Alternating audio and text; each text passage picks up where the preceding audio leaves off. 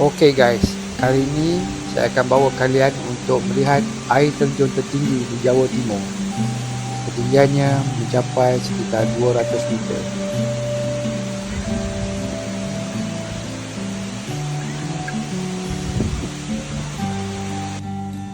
Air terjun ini dipanggil air terjun Madakaripura.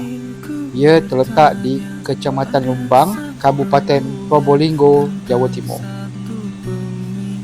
Untuk sampai ke air terjun ini, kita perlu berjalan kaki sejauh 2 km. Untuk ke air terjun, kita dikehendaki untuk memakai topi keselamatan. Jangan risau, topi akan disediakan di bahagian pintu masuk hadapan.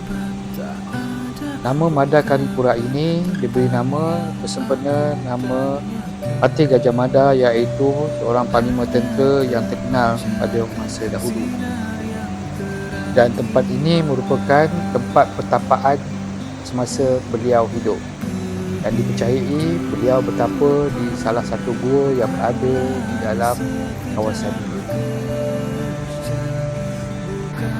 Okey, kita hampir sampai ke puncak air terjun di belakang sana.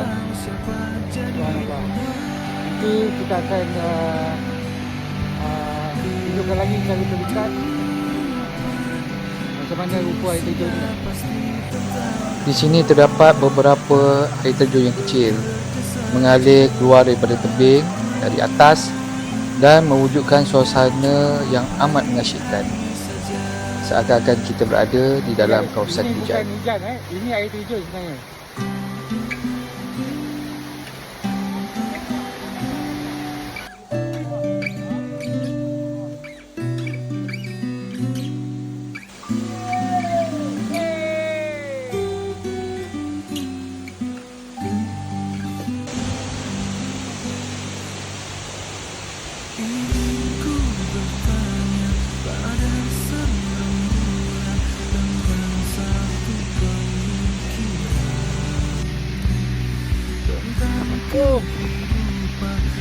Dahsyat.